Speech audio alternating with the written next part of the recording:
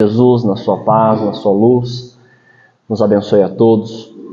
Que nós possamos também, de nossa parte, procurar vibrar, procurar elevar as nossas energias, para que a espiritualidade consiga nos alcançar. É necessário um certo esforço, para que Jesus multiplique os pães e os peixes. Interessante essa passagem porque haviam alguns peixes e alguns pães para serem multiplicados, que é o que Jesus, é de onde Jesus e a espiritualidade parte, para que nós possamos ter as bênçãos, essas energias, esse bem-estar multiplicado. É necessário um mínimo de esforço. E na matemática, toda multiplicação por zero realmente dá zero. Pode ser 1 milhão, vezes zero é zero. Porque, na verdade, a multiplicação por zero significa que não existe multiplicação. Nada está sendo multiplicado. Por isso que dá zero. Para a noite de hoje, nós trouxemos aqui algumas considerações em relação ao capítulo 24 de O Livro dos Espíritos, cujo título é Não coloqueis a candeia sob o alqueire. A candeia é uma espécie de vela, um lampiãozinho, que era muito usado à época. Hoje nós temos eletricidade, algumas figuras podem parecer estranhas para a gente, mas quando falta luz, a gente acende vela ainda, E a gente não coloca uma vela debaixo de uma cama, por exemplo, debaixo de um objeto, porque a gente coloca em cima para iluminar. Então a gente vai fazer alguns comentários sobre esse capítulo, que é um capítulo curto, onde Kardec vai falar aqui sobre o motivo pelo qual Jesus fala por parábolas. Depois ele vai falar para comentar a fala de Jesus para que os apóstolos não fossem aos gentios. Depois ele vai dizer que os sãos não têm necessidade de médico. E no último item ele vai falar sobre a coragem, aliás, o penúltimo, a coragem da fé, e carregar a cruz, quem quiser salvar a vida, perdê-la-á. A gente não vai ler o capítulo todo, claro, Nós vamos fazer alguns comentários em cima de alguns trechos. Então, Allan Kardec começa pegando um item, um versículo, que está lá no Evangelho de Mateus, onde Jesus fala justamente isso. Não se acende uma candeia para colocá-la sob o alqueire, ou seja, debaixo, mas colocam-na sobre um candeeiro, a fim de que ela clareie todos aqueles que estão na casa. E Kardec vai fazer ali, mais para frente, algumas considerações interpretativas, porque veja, se Jesus pede para que ao fazer o bem, a gente esconda a mão que dá, para que a mão que não dá não veja, por que agora ele está pedindo, dizendo para que a gente coloque a luz sob o candeeiro? Kardec vai explicar aqui com a ajuda dos espíritos mais à frente. Em seguida, ele cita uma outra passagem de Jesus dizendo assim: seus discípulos, se aproximando, disseram-lhe: por que o Senhor lhes falais por parábolas? E lhes respondendo disse: porque a vós outros foi dado conhecer os mistérios do reino dos céus, mas para eles não foi dado. Eu lhes falo por parábolas, porque vendo não veem, e escutando não ouvem, nem compreendem. E a profecia de Isaías se cumprirá neles, quando disse: vós escutareis com os vossos ouvidos, e não ouvireis. Olhareis com vossos olhos, e não vereis. Porque o coração desse povo está entorpecido, e seus ouvidos tornaram-se surdos. E eles fecharam seus olhos de medo, para que os seus olhos não vejam, que os seus ouvidos não ouçam, que o seu coração não compreenda, e que, estando convertidos, eu não os curasse. Então, essa parte aqui, que Jesus vai falar sobre essa questão do preparo, Então, Kardec vai começar a explicar que a gente, para receber uma ideia, a gente tem que estar preparado para receber essa ideia. É por isso que muitas vezes várias discussões que a gente tem em família, né? Marido, mulher. Por que elas são infrutíferas e elas acabam gerando mais confusão? Porque naqueles momentos de raiva, nós não estamos preparados para ouvir o que o outro tem para dizer. Principalmente se o outro é um dos motivos da raiva. Então, o que Jesus quis dizer com essa questão de colocar à luz é o seguinte, Kardec vai colocar mais para frente, que a verdade, ela sempre surgirá, ela sempre virá à tona. Tanto que existem perguntas de Kardec para os espíritos nesse sentido. É possível o espírito, por exemplo, nunca se arrepender do mal que fez? Os espíritos respondem, nunca não. Ele pode ficar muito tempo adiando, postergando a visualização da própria consciência, mas nunca se arrepender não, porque o arrependimento é um imperativo da lei divina. Ou seja, o espírito um dia vai se arrepender de tudo que ele fez. Pode ser que não seja nessa, pode ser que não seja na outra, porque é a partir do arrependimento que a nossa vida começa a mudar. É a partir do arrependimento que a gente reconhece o mal que faz e diz, opa, peraí, eu preciso agora consertar, eu preciso melhorar.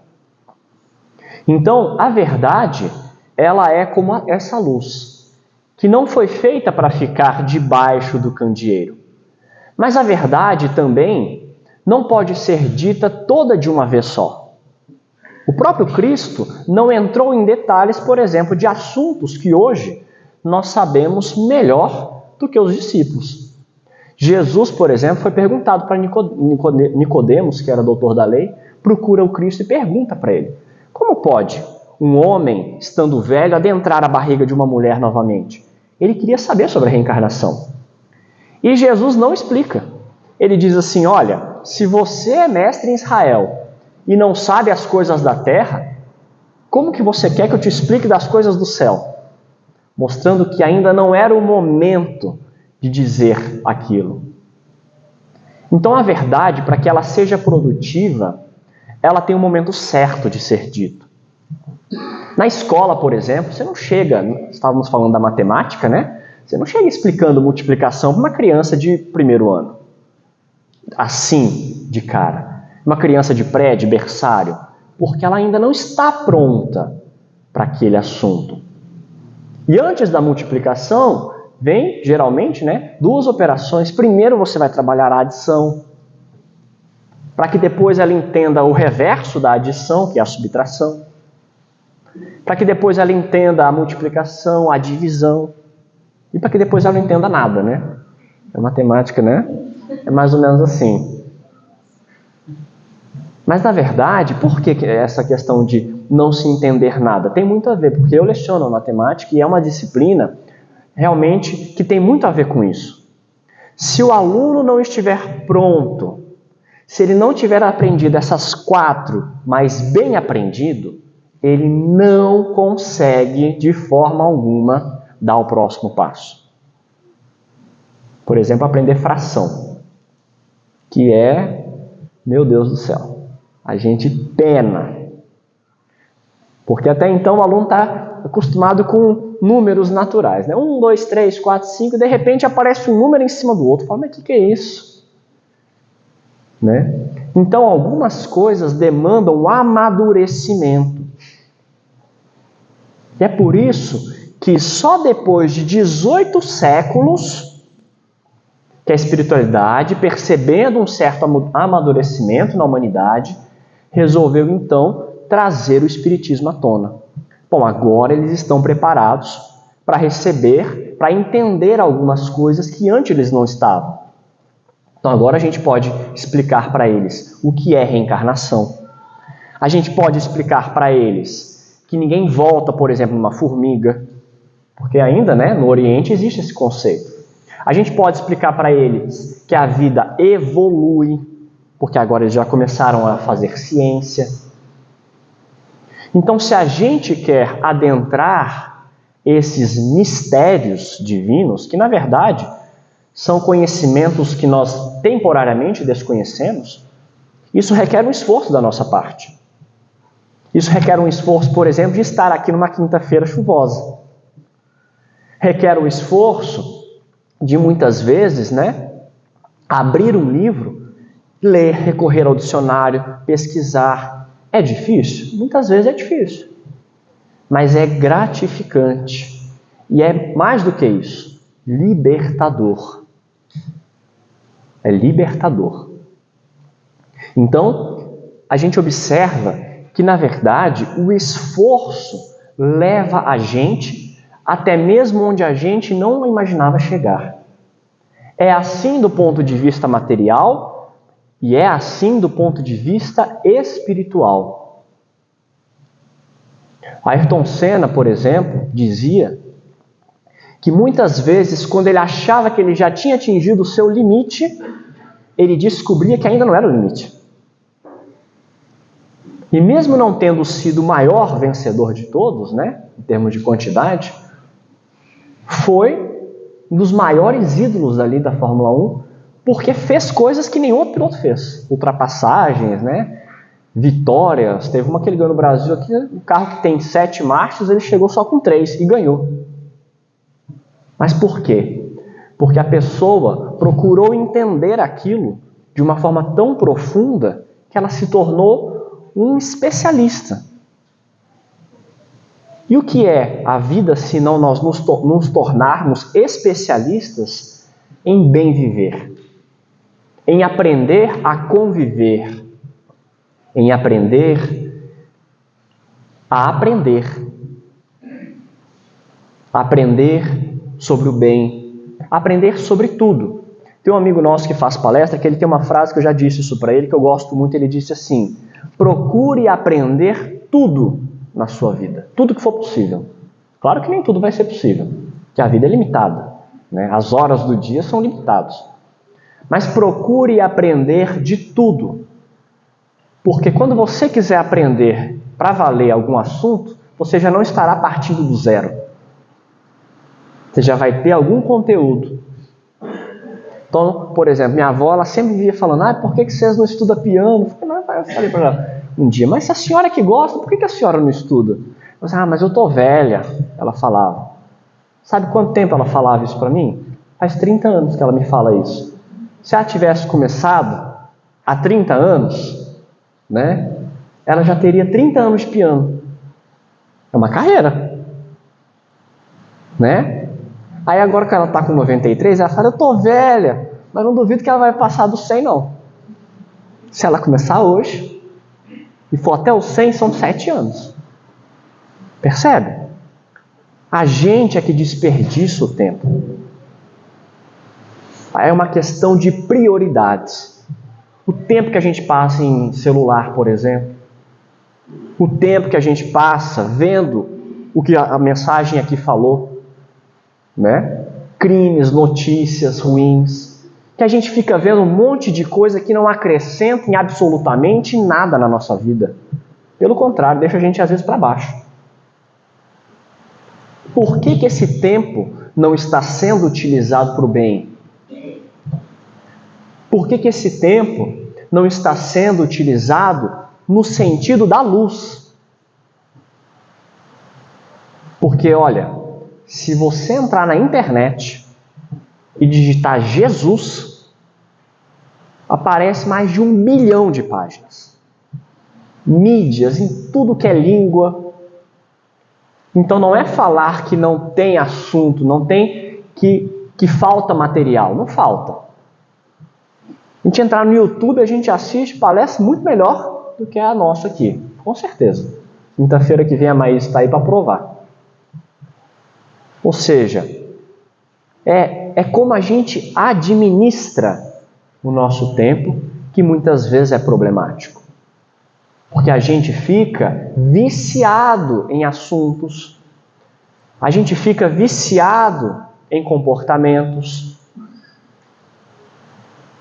e aí a gente vive numa bolha fechada. Aí a vela, né, a luz, é colocada debaixo do candeeiro. E a gente não enxerga. E a gente passa a tatear nas sombras. Então Jesus fala por parábolas, porque algumas pessoas, algumas não têm a capacidade ainda porque precisam amadurecer, mas outras nem querem. Ele diz no final, o coração desse povo se perverteu. Então a gente precisa começar a entender que ler, ouvir, ver, ter olhos de ver, ouvidos de ouvir, é muito antes do que qualquer outra coisa uma escolha nossa. O que é ter olhos de ver, que Jesus quis dizer? É ter nos olhos o interesse de ver a luz. Porque muitas vezes os nossos olhos estão viciados em ver as trevas.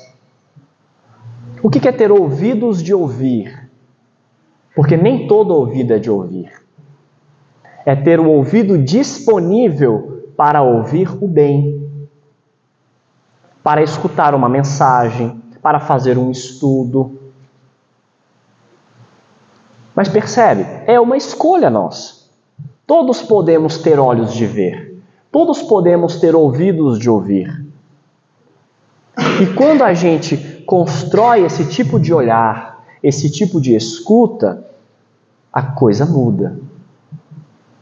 Outro dia a gente estava no aniversário de um amigo nosso que ele é médico, e aí a hora que a gente saiu ele virou pra gente e falou assim, aquela moça que estava aqui, ela tem, acho que artrite, artrose, uma coisa assim. Aí a gente falou, ela tem mesmo, como é que você sabe? Eu falei, não, porque a hora que eu olhei para a mão dela, eu vi, né, o tipo da mão dela e tal. Falei, mas para mim a mão igual a qualquer outra mão, né? O que é isso? Ele tem olhos de ver o que alguém que não estudou, como ele, aquele assunto, não vê. Porque para mim a mão dela, não sei nem direito como é que era. Nem se tem 5 dedos, se tinha 4, eu não vi. Agora, ele não só viu como era, mas ele viu que tinha um problema ali. Porque ele preparou a sua visão para ver aquilo. Então a gente olha para o mundo e a gente muitas vezes diz assim, nossa senhora, não tem jeito. Olha, esse mundo aí eu não sei não onde é que vai dar. Só que será que é assim que Jesus olha para o mundo? Tem uma conversa fantástica que Jesus tem com Bartolomeu, que Bartolomeu era essa pessoa, acho que eu já fiz essa palestra aqui inclusive. Bartolomeu era essa pessoa cabisbaixa, pessimista. Ele fala isso para Jesus, mas mestre, eu olho para a vida, eu só vejo a vitória do mal, a vitória do crime, a vitória do espertalhão. E quando esse reino dos céus que o Senhor está falando, será possível que as pessoas vão realmente mudar? Será possível que o mundo é possível mudar? Jesus disse assim, se eu não tivesse, Bartolomeu, absoluta certeza e convicção do que eu vim fazer nesse mundo, eu nem teria vindo. Ou seja, a gente olha para um criminoso e você pensa, meu Deus, tem que matar, tem que fazer isso, não sei o quê. E a gente não se pergunta, como é que Deus olha para ele? Deus olha e fala, tem jeito. Talvez não tenha nessa encarnação realmente. Mas ao longo das encarnações, tem jeito. E Kardec faz essa pergunta aos espíritos. É possível um espírito ficar no mal infinitamente? Eles dizem, é possível ficar por muito tempo. Infinitamente, não. Não. Porque todos encontrarão um dia o arrependimento e a luz. É uma fatalidade. Agora, quanto tempo isso vai levar? Pode durar muito tempo. Pode durar muito tempo. Mas para sempre não. Então, quando a gente olha um espírito evoluído, a gente olha o Chico Xavier. O que é isso? Um espírito que no tempo, descobriu o caminho do bem e vem fazendo esforços naquilo. E faz mais. Então o que Jesus nos convida é isso, a fazer esses esforços. E aproveitando do Chico, senti vontade de falar aqui agora, né, de um documentário que tem do Chico, que está na Amazon, se eu não me engano, tá? Mas eu sei que está numa dos streams aí que saiu. É um documentário sobre ele, não é o filme, né? É um documentário mesmo, com várias pessoas falando sobre o Chico. E ali tinham várias falas, né? Ressaltaram pra gente. Uma delas ressaltou significativamente, porque uma pessoa próxima dele disse assim: olha, você conseguia acompanhar o Chico 3, 4 dias na semana. No quarto, quinto dia você não aguentava mais. Por quê? Porque era muito esforço, era muito bem. Sabe assim? Não, vamos ficar em casa hoje, gente. Tá chovendo, tá gostoso. Não. Preciso ir lá não sei aonde, que é uma favela. Eu tenho que ir lá levar um óleo, levar um não sei o que para fulana. E essa fala ficou assim pra gente, porque como é que pode um espírito viver 92 anos num corpo que já estava mais para lá do que para cá no final, né? E um dos biógrafos ali falando assim, ele estava velhinho, ele levantava assim meio tremendo, que ele queria pegar o lápis e escrever, ele queria ir para o centro fazer a prece. E a gente com saúde, e a gente, sabe, com o conforto muitas vezes que o Chico não tinha. A gente arrumando desculpa para não fazer. Ah, mas eu vou visitar um doente? Ah, mas não gosto. Mas quem gosta? Quem gosta? Gostar de fazer o bem é a cereja do bolo, é no final. No começo ninguém gosta mesmo. Aliás, tudo que é novo causa um desconforto. Tudo que é novo. E a gente, vou usar essa palavra que eu não gosto muito dela, mas não encontrei outra. A gente tem preguiça. A gente tem preguiça de quebrar esse desconforto. E como a gente tem preguiça, sabe o que a vida faz? Ela quebra pra gente.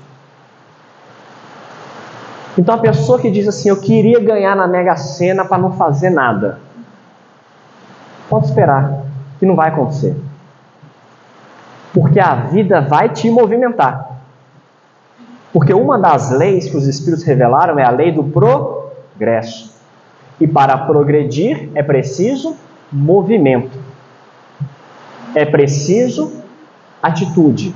É preciso sair. É preciso fazer. Jesus em 3 anos que ele passou pregando. Será que a gente já parou para pensar nisso? Que ele fez mais do que nós todos juntos? Vamos colocar aqui que todo mundo aqui vai viver mais de 100 anos. Se no final somar todo o bem de todo mundo que está aqui, encarnado e desencarnado, pôr numa balança, não dá os 3 anos de Jesus. Não dá. Por quê? Porque é contínuo. Só que para atingir esse nível, é preciso começar lá da adição, lá da subtração. Porque até o gênio da matemática, um dia ele também teve que ir para o prezinho e aprender. Ele também teve que aprender a subtração, aprender as 4 operações, para um dia se tornar um gênio. Mas é preciso um passo de cada vez. E é preciso uma coisa muito importante, que a gente vê na escola que faz toda a diferença: vontade. O aluno que tem vontade, não tem professor que segura. Ele vai, apesar do professor. Me lembro aqui de um aluno que eu tive, Ele veio do Maranhão, um dos estados mais pobres do Brasil. Na época eu trabalhava na prefeitura de Jales. Ele chegou, graças a Deus as escolas são muito bem, né? Tem lousa, tem ar-condicionado, tem conforto para as crianças, tem refeição. E eu percebi nesse menino uma vontade de aprender diferente, que é difícil achar. E a hora que a gente acha, marca, que é bonito de ver. E ele tinha uma vontade, você percebia que eu ia para lá, ele olhava para mim com os olhos. Eu ia para cá, ele olhava para mim com os olhos. Aliás, essa é uma das atitudes que bons alunos geralmente têm, né? Você está explicando um negócio que nem é para ele, mas ele está prestando atenção. Você está explicando um negócio para o outro. Ele para, olha e fica te observando. Por isso que ele aprende. O outro não. O outro você está falando com ele aqui, ele não está te ouvindo, né? E esse menino tinha uma vontade. E um dia eu virei para ele e falei assim: lá na escola que você estudava, lá no Maranhão, tinha lousa? Ele falou: igual essa não. Lá onde você estava, tinha merenda todo dia? Não. Lá onde você estava, tinha ar-condicionado, ventilador? Ah, tinha um ventilador. Condicionado não. E é quente igual aqui, até pior. Lá onde você estava, tinha o mesmo professor direto? Não, sempre ficava mudando o professor. Porque um entrava, saía, né? Não tem mais estabilidade.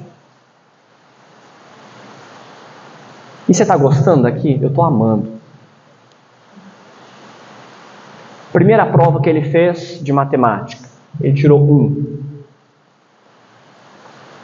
Aí aquela galera, né, que nunca quer nada com nada, começou a rir.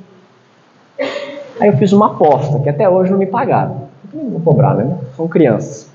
Falei, eu aposto, isso era fevereiro. Eu disse, eu aposto que em novembro, dezembro, a nota dele vai ser maior que a de vocês. Eles ficaram, né? Porque eu já tive muito aluno. Eu sei como é que é aluno. E esse tipo de aluno aqui é raro. Esse tipo de aluno aqui, quase você não vê, que é o aluno que tem vontade de aprender. E quando chegou em novembro, ele tirou 10. E os outros continuaram lá. 4, 3. Mesmo, né, com os nossos esforços. Porque essa força que nem a gente conhece na gente, mas que Deus conhece, é ela que vai nos levar a fazer aquilo que aparentemente é impossível. Quando a gente vê um criminoso, parece impossível amar alguém assim. Quando a gente vê um bandido, parece impossível uma pessoa dessa se melhorar. Porque a nossa visão é um recorte da realidade. É isso aqui. A visão de Deus é o todo. Aliás, Kardec faz essa pergunta aos espíritos. Por que quando a gente olha para o mundo, às vezes a gente tem a impressão de que as coisas estão piorando? E os espíritos responderam, porque vocês só têm um ponto de vista, que é a vista de um ponto. Se vocês pudessem ver o conjunto da obra, vocês veriam que as coisas sempre evoluem nos 2 planos da vida. Tanto André Luiz tem até um livro sobre isso, Evolução em 2 mundos. Evolui do lado de cá, encarnado, evolui também do lado de lá, desencarnado. Ou seja, a nossa vista não é a vista do todo. E é uma vista geralmente pessimista. E é muito interessante pensar sobre isso, porque outro dia, aliás já faz um tempo, mas eu vi uma palestra de um cientista americano. Ele até escreveu mais de um livro, aliás, sobre o assunto. Se chama Steven Pinker. Ele está no YouTube, para quem quiser ver. E ele começou a fazer estatísticas e começou a descobrir matematicamente que o mundo está melhorando. E ele começa a mostrar matematicamente, por exemplo, que as taxas de mortalidade infantil têm caído, que as pessoas têm vivido cada vez mais, que as taxas de crimes no geral têm caído, que os países que são pobres, né, considerados aí de subdesenvolvidos, como o Brasil, por exemplo, e outros, têm subido. Ele começou a observar um monte de taxas, uma ou outra realmente cai e tal, mas no geral, ele analisou, não foi o ano de 2020, no ano de 2000, ele analisou sim, mais de século. E coisa curiosa, quando ele começou a fazer palestras sobre isso, as pessoas começaram a ficar bravas com ele. Falou, não, está melhorando não. E aí ele começou a falar assim, então me prova. Porque eu também achava isso, ele falava. Eu também achava que as coisas estavam piorando. Uma coisa interessante que ele diz nessa palestra. Apesar das guerras que nós temos visto, nunca o mundo teve tão poucas guerras. Pouquíssimas. Aliás, no passado era assim. Não era uma questão de será que vai ter uma guerra? Era uma questão de quando vai ter a guerra. Então eles pegavam as crianças, por exemplo, em Esparta, né? Mandavam com 7 anos já começar a treinar. Por quê? Porque vai ter guerra. Quando? Ah, não sei quando, mas vai ter. E tinha. Percebe? Então ele fala que esse século que nós estamos vivendo é o século com menor número de guerras, proporcionalmente falando.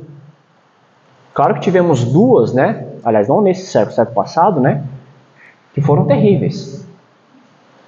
Mas ele mostra estatisticamente como, no geral, tudo tem aumentado para melhor.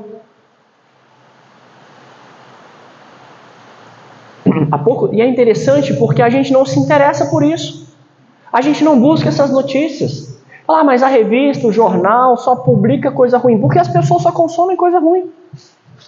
Hoje em dia as pessoas têm a oportunidade de escolher o que vão ver. E adivinha o que elas escolhem? Continuam escolhendo aquilo que passava na TV, e a coisa até pior. Então teve um acidente, todo mundo já compartilhou, já mostrou o corpo, o cadáver lá pegando fogo. Por que a gente não se interessa pelo bem? Por que a gente não se interessa pelo que vai fazer a nossa vida melhor?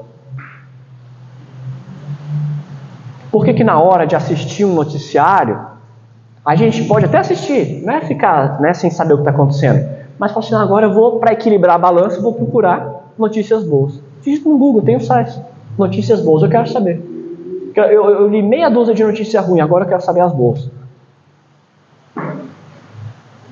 Porque se a gente começar a fazer isso, nós vamos ver que uma coisa vai mudar, o nosso olhar.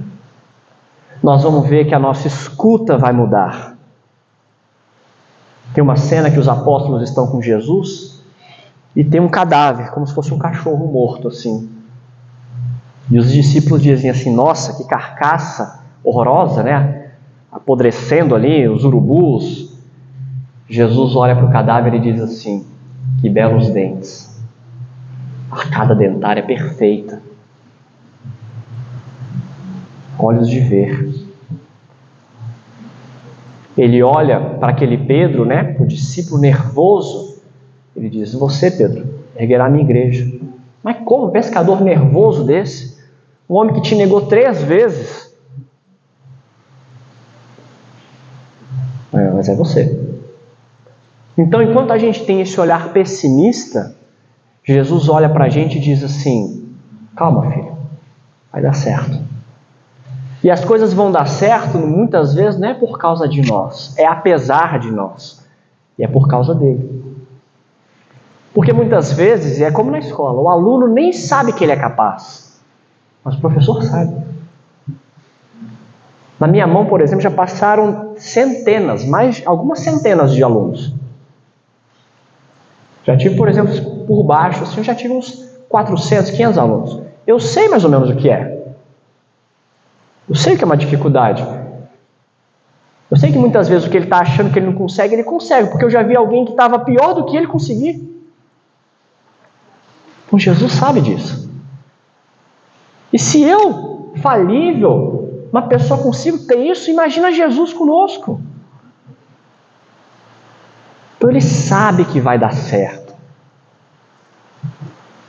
Ele sabe do que nós somos capazes. E mesmo que a gente não saiba, Divaldo fala que o século passado, que foi o século XX, ele foi conhecido pelo século da ciência, da tecnologia, dos avanços tecnocientíficos que ocorreram principalmente no final do século, né? Ali depois da década de 70, 80, os maiores avanços. Divaldo diz que no futuro, este século que nós estamos vivendo hoje, que começou lá em 2001 e vai acabar em 2100, porque não existiu o zero, né? Começou a contar do 1, por isso que começa do 1.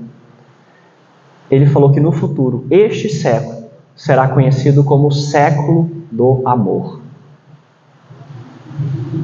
O século onde a humanidade, futuramente, constará nos livros, né? Nos anais da história, constará que foi o século onde as humanidades começaram a perceber que elas deveriam se dar as mãos ao invés de se matar.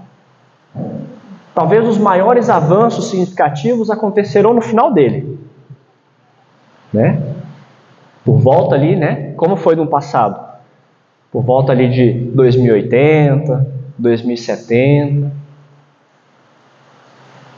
Mas certamente voltaremos, se não estivermos na carne, estaremos fora dela. E voltaremos para ver e viver e aproveitar este mundo. Mas esse mundo depende também do nosso esforço. Se isso vai se dar mais para o final, mais para o meio, também depende de nós. Depende de nós fazermos todos os dias esforços na direção da luz. Colocarmos a candeia não sob o alqueire, mas sobre o candeeiro. Iluminar. E procurar melhorar por dentro. Porque uma vez melhores por dentro, os nossos olhos, os nossos ouvidos, a nossa língua, todo o nosso ser se melhorará. É interessante, só para finalizar, que Bartolomeu, nessa passagem que ele conversa com Jesus, ele era pessimista, ele começa a expor para Jesus os seus males. Jesus começa a mostrar para ele que não existem motivos para a tristeza, não existem motivos para o desânimo. E Bartolomeu, então, no final, começa a se sentir melhor. Ele vai trabalhar e parece que os seus amigos ali de trabalho tinham mudado, mas não tinham. Ele, Bartolomeu, tinha mudado. Ele tinha se modificado. Então nós temos uma candeia dentro de nós. E muitas vezes temos colocado ela debaixo do candeeiro. Todos nós fomos feitos para a luz. Todos.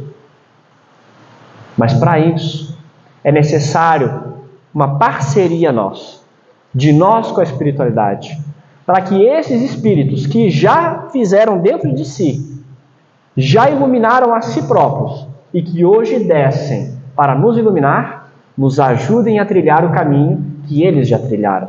Mas a gente tem que querer, porque eles respeitam. Eles não vão impor. O tempo vai passar. As paisagens vão mudar. Mas depende de nós querermos evoluir mais rapidamente ou mais lentamente.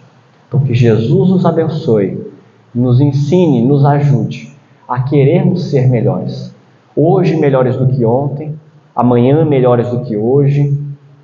Se cairmos, vamos levantar, tentar de novo, e de novo, e de novo, até acertar. Porque é para isso que estamos aqui. É para isso que reencarnamos. E é para isso que vamos continuar reencarnando até alcançarmos o 10 no boletim divino. Ninguém passa na escola de Jesus sem o 10. Todos vão alcançar a nota 10. Muita paz a todos.